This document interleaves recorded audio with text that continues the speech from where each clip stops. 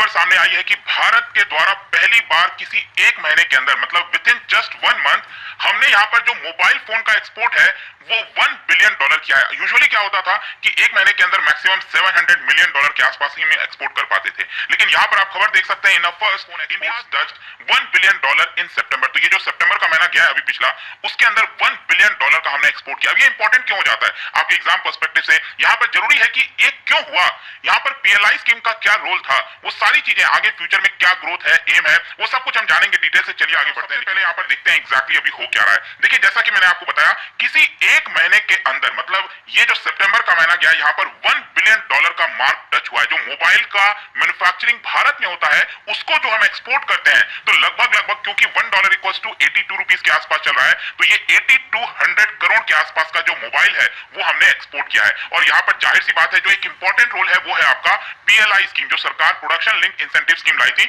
उसकी वजह से। और उसमें भी अगर आप देखेंगे तो सैमसंग और एप्पल इन्होंने एक बहुत बड़ा रोल प्ले किया है लोकल प्रोडक्शन में। अगर हम बात करें पहले 6 महीने का, मतलब ये जो फाइनेंशियल ईयर चल रहा है, तो अप्रैल 2022 से लेकर अगर हम बात करें सितंबर 2022 के बीच में, तो यहां पर आप देख सकते हैं टोटल जो एक्सपोर्ट हुआ है मोबाइल फोन्स का वो हुआ है $4.2 बिलियन। और अगर आप इसको कंपेयर करिए पिछले साल 2021 से, तो 2021 में पहले 6 महीने में ये था सिर्फ $1.7 बिलियन। मतलब कि अप्रैल से लेकर अभी तक सितंबर में आप देखोगे तो हर महीने लगभग $770 मिलियन के वर्थ के मोबाइल ही हम एक्सपोर्ट किया करते थे एवरेज में, लेकिन अकेले ये सितंबर महीने में ये आंकड़ा टच कर गया है लगभग $1 बिलियन।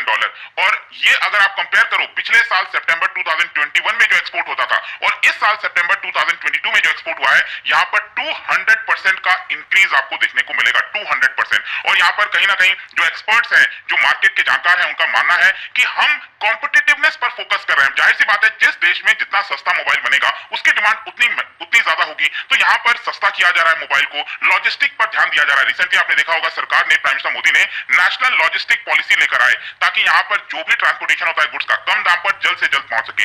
लेबर रिफॉर्म्स किए जा रहे हैं, इकोसिस्टम में बदलाव किया जा रहा है, जिसकी वजह से ये आपको चेंजेस देखने को मिलेगा। और एक्सपर्ट्स का ये मानना है कि यहाँ पर जो एक्सपोर्ट हुआ है उसमें सबसे इंपॉर्टेंट रोल जो एप्पल के कॉन्ट्रैक्ट मैन्युफैक्चरर्स हैं जैसे फॉक्सकॉन, विस्ट्रॉन, पेगाट्रॉन, इन्होंने इंपॉर्टेंट रोल प्ले किया है। साथ ही साथ सैमसंग ने इंपॉर्टेंट रोल प्ले किया है। और जो पीएलआई स्कीम लाया गया है ये लगभग 41,000 करोड़ का था। ध्यान रखिएगा, ये जो स्मार्टफोन बनाने के लिए सरकार पीएलआई स्कीम लाई थी ये 41,000 करोड़ का था। अगर हम प्रेजेंट में ग्रोथ और आगे एम की बात करें तो आप देख सकते हो कि भारत के द्वारा जो भी एक्सपोर्ट किया जाता है मोबाइल फोन, उसमें से 75 to 80% मैन्युफैक्चरिंग जो फॉरेन की फर्म्स हैं, जो एप्पल, सैमसंग, ये जो फॉरेन वाले फर्म्स हैं, वो भारत के अंदर प्रोडक्शन करते हैं। 2016-17 में जो मोबाइल फोन है जो भारत में प्रोडक्शन किया जाता था, मतलब जितने मोबाइल फोन्स का प्रोडक्शन होता था भारत में 2016-17 में, उसमें सिर्फ 1% ही एक्सपोर्ट होता था। लेकिन आज के डेट में 2021-22 में आप देखिए जितना भी मोबाइल की मैन्युफैक्चरिंग होती है उसमें 16% ये हम एक्सपोर्ट कर देते हैं। और आगे आने वाले समय में ये जो फाइनेंशियल ईयर चल रहा है 2022-23 का,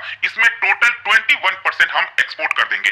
फर्दर आप देख सकते हो यहाँ पर बताया जा रहा है कि जो पीएलआई स्कीम है वो 2020 में लाया गया था। इसका मेन मकसद था कि चाइना और वियतनाम जैसे जो देश है जहां पर ज्यादा मोबाइल फोन मैन्युफैक्चरर्स होते हैं, वहां से कंपनीज को भारत लाया जाए। और चाइना से आ ही रही है कंपनीज, आपने देखा होगा, लेकिन अभी भी चाइना और वियतनाम सबसे ज्यादा मोबाइल मैन्युफैक्चरिंग करते हैं, एक्सपोर्ट करते हैं। नंबर 1 पर चाइना है, सेकंड पर वियतनाम है और थर्ड पर यहाँ पर भारत आ रहा है। और फर्दर आप देख पाओगे जो मेन एम है सरकार का वो ये है कि 2025-26 आते आते जो टोटल एक्सपोर्ट है मोबाइल फोन्स का वो $60 बिलियन तक पहुंचाना है। मतलब अभी क्या है, अभी सितंबर के महीने में हमने $1 बिलियन का आंकड़ा टच किया है और अगर आप 12 महीना लोगे तो $12 बिलियन आएगा। लेकिन हमारा मेन मकसद क्या है कि 2025-26 तक ये आंकड़ा $60 बिलियन तक ले जाया जाए। तो अब देखिए यहाँ पर जो सक्सेस हमें स्मार्टफोन के मैन्युफैक्चरिंग में देखने को मिली है बिकॉज ऑफ पीएलआई स्कीम, इसकी वजह से आपने देखा होगा सरकार ने ये जो स्कीम है वो 14 सेक्टर में और एक्सपैंड कर दिया, चाहे automobile component, IT hardware, telecom equipment, pharmaceutical, solar वाला हो गया, व्हाइट गुड्स, ड्रोन्स, बहुत सारे जो सेक्टर्स हैं उसमें सरकार ने एक्सपैंड किया है। बिगेस्ट कॉन्ट्रीब्यूटर अगर आप देखोगे इलेक्ट्रॉनिक एक्सपोर्ट में, मतलब इलेक्ट्रॉनिक एक्सपोर्ट में तो बहुत सारी चीजें आ सकती हैं, मोबाइल, टीवी, बहुत सी चीजें होती हैं, उसमें सबसे बड़ा कॉन्ट्रीब्यूटर अब मोबाइल फोन बन चुका है। एप्पल और सैमसंग ने यहाँ पर एक्सपोर्ट पर ज्यादा कदम बढ़ाया, लेकिन खास बात यह है आपको यह समझना है कि अब जो हम मोबाइल एक्सपोर्ट कर रहे हैं वो कौन से देशों को कर रहे हैं। अब हम यूके भी भेजते हैं मोबाइल, नेदरलैंड भी भारत से मोबाइल बनकर जाता है, ऑस्ट्रिया हो गया, इटली हो गया, जो डेवलप्ड कंट्रीज हैं वहां पर भी भारत के द्वारा मोबाइल मैन्युफैक्चरिंग करके एक्सपोर्ट किया जाता है। पहले क्या होता था, अगर थोड़े बहुत मोबाइल मैन्युफैक्चरिंग होते थे भारत में तो हम अफ्रीकन देशों में भेजा करते थे, साउथ अफ्रीका हो गया, इसके अलावा मिडिल ईस्ट कंट्रीज हो गए। अब साउथ अफ्रीका और जो छोटे छोटे गरीब देश हैं, वहां पर प्रॉब्लम क्या है कि वो लोग कितना मोबाइल खरीद पाएंगे, सस्ते दाम का मोबाइल खरीद पाएंगे। तो हम कितनी भी कोशिश कर लेते हैं तो जो वैल्यू है वो हम ज्यादा एक्सपोर्ट नहीं कर पाते। अब क्या है, यहाँ पर हम महंगे फोन एक्सपोर्ट कर रहे हैं, आईफोन जैसे फोन को एक्सपोर्ट किया जा रहा है। इसकी वजह से ये जो नंबर है वो आपको बढ़ता हुआ देखने को मिलेगा।